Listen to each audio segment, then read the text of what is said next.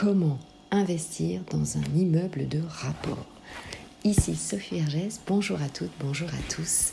Je vous souhaite la bienvenue dans ce podcast où aujourd'hui je vais vous parler d'investir, d'acquérir un immeuble de rapport. Alors c'est quoi un immeuble de rapport? Eh bien c'est-à-dire c'est l'acquisition d'un immeuble tout entier. Alors évidemment avant de démarrer ce podcast, je ne suis pas là pour vous faire peur et surtout, eh bien vous pouvez tout à fait acquérir un petit immeuble, c'est le but aussi lorsque l'on démarre l'investissement, c'est acquérir par exemple un immeuble de 2 ou 3 appartements. Donc je vous invite à écouter ce podcast dans son entier, puisque je vais vous donner évidemment des conseils et des astuces pour réaliser ce type d'investissement en toute sérénité. Vous savez, c'est le but de tous mes podcasts. Alors, en effet, eh bien, ça peut vous titiller, je peux le comprendre, l'acquisition d'un immeuble entier. Eh bien, pour quelle raison? C'est évidemment la raison principale de cet investissement, c'est que vous allez être ce que l'on appelle en monopropriété, c'est-à-dire que vous allez être le seul propriétaire et donc, vous n'allez pas être en copropriété, c'est-à-dire évidemment propriétaire d'un appartement avec d'autres propriétaires, parce que vous savez qu'évidemment c'est excessivement compliqué d'être en copropriété. Donc évidemment, en tant qu'investisseur, vous vous tournez très souvent sur ce type d'immeuble.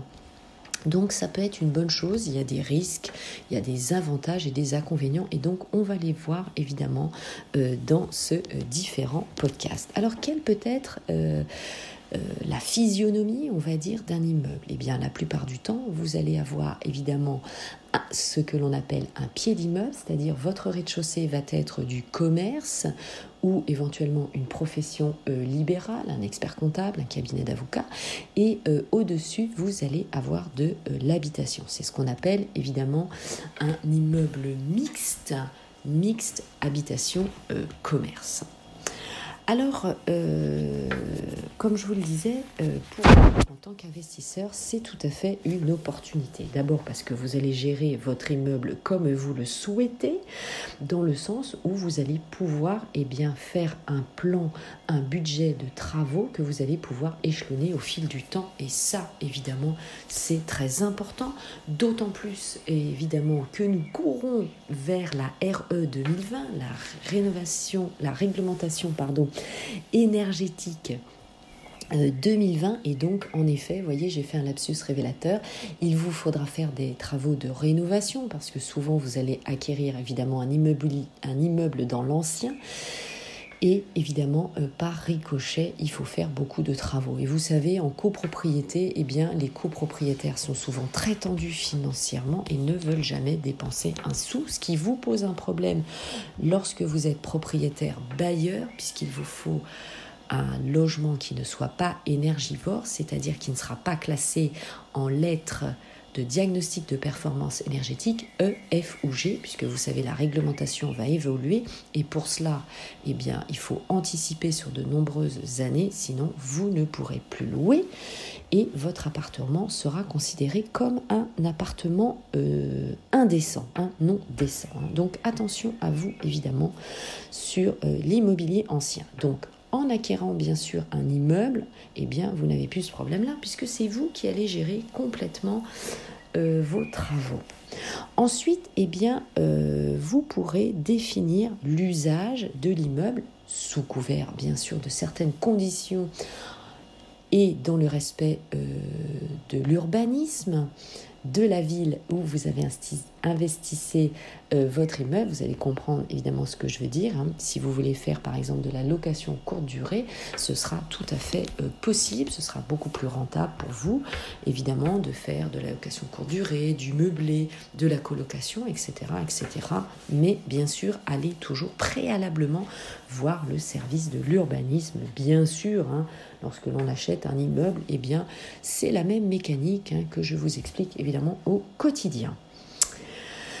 Alors, le deuxième point, ça va être bien sûr le choix de l'emplacement. Vous savez que sur ce type d'immeuble, vous pourrez avoir une bonne rentabilité, mais bien sûr, c'est toujours la même chose que vous achetiez un immeuble, que vous achetiez un appartement, un local commercial, un emplacement de parking.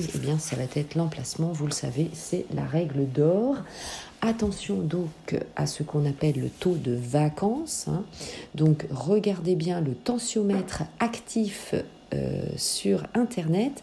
C'est le site Loc Service, je vous en parle beaucoup, Loc Service, vous tapez le nom de la ville avec évidemment la typologie de l'appartement et vous allez avoir une image, une tendance, une référence, on va dire. Ce site a été mis en place par un administrateur de biens qui va vous dire justement s'il y a une demande locative de 2 pièces, de studio, de 3 pièces, avec le budget maximum de la capacité financière de vos futurs locataires. Donc c'est un site de référence, c'est toujours bon évidemment d'avoir cette image. Loc Service, le tensiomètre actif. Parce qu'évidemment, si vous acquérez un immeuble avec une certaine typologie et qu'il n'y a pas la demande locative et que les locataires n'ont pas la capacité de payer vos loyers, bien évidemment, votre immeuble va être vide. Ce n'est pas du tout l'idée. Alors oui, mais Sophie, vous allez me dire comment avoir ce type de bien immobilier. Comment puis-je acheter un immeuble? C'est quand même compliqué, autant un appartement, une maison, il y en a beaucoup, autant en immeuble, c'est rare. Vous avez raison, ce type de bien immobilier est beaucoup plus rare sur le marché. Alors, je vous recommande un site de référence, ça s'appelle La Bonne Pierre. La Bonne Pierre qui revend justement ce type de bien immobilier, donc que des immeubles de rapport. Très souvent, c'est déjà loué, donc ça, c'est génial parce qu'évidemment, vous allez pouvoir montrer à la banque, que le bien immobilier est en partie loué, vous ferez des travaux par exemple sur le reste et vous remettrez à la location. Donc ça, c'est très pratique puisque vous allez déjà générer des revenus. Donc là, votre montage, évidemment, est beaucoup plus simple. C'est très intéressant, évidemment, en province et vous êtes accompagné surtout sur le site La Bonne Pierre par des agents immobiliers qui sont spécialisés sur ce type de bien immobilier. Donc, ça ne vous empêche pas, bien sûr, de préparer votre dossier en regardant sur DVF, demande de valeur foncière, et sur impôt.gouv.fr pour connaître le prix des dernières transactions. Mais ça, à force de m'écouter, vous les connaissez par cœur, bien sûr. Ensuite, vous le savez, une fois que vous avez trouvé la ville où vous souhaitez acquérir l'immeuble, allez dans les agences immobilières du secteur ou les administrateurs de biens. Évidemment, les gros gestionnaires ont ce type de propriétaires. Donc, c'est évident, ce sont des professionnels aussi aguerris sur ce type de biens immobiliers et surtout de références qui vont vous accompagner sur ce type de projet. Ensuite, vous avez bien sûr les notaires. Les notaires, ce sont des professionnels vers lesquels vous allez pouvoir vous tourner.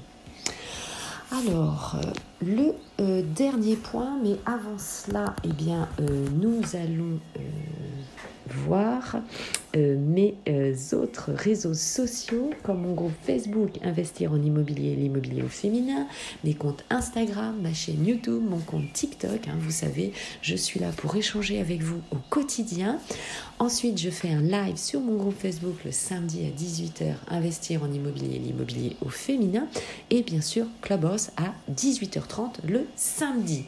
Dernier point, pourquoi acquérir évidemment un immeuble, parce qu'un immeuble, c'est quand même une grosse responsabilité aussi.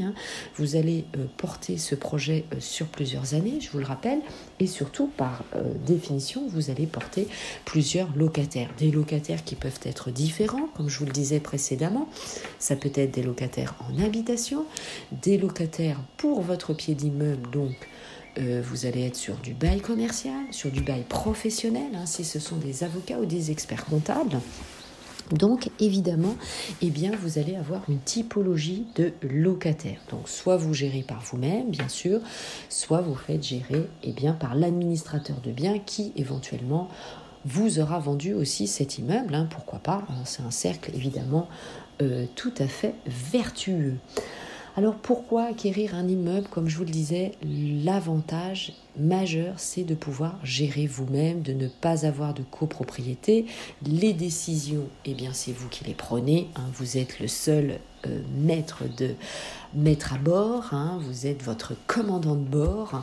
Vous pilotez vous-même ce projet et donc par définition c'est toujours plus facile. Mais attention, évidemment, je vous le rappelle, vous avez une responsabilité financière assez forte puisque c'est vous qui allez payer par définition tous les travaux de toiture, de façade, la rénovation des parties communes, etc. Et vous portez vos locataires. Voilà. C'était tout pour ce podcast. Je vous remercie de m'avoir écouté jusqu'au bout. Je vous souhaite évidemment un bon projet immobilier. Portez-vous bien et à très bientôt dans le prochain podcast. Ciao, ciao!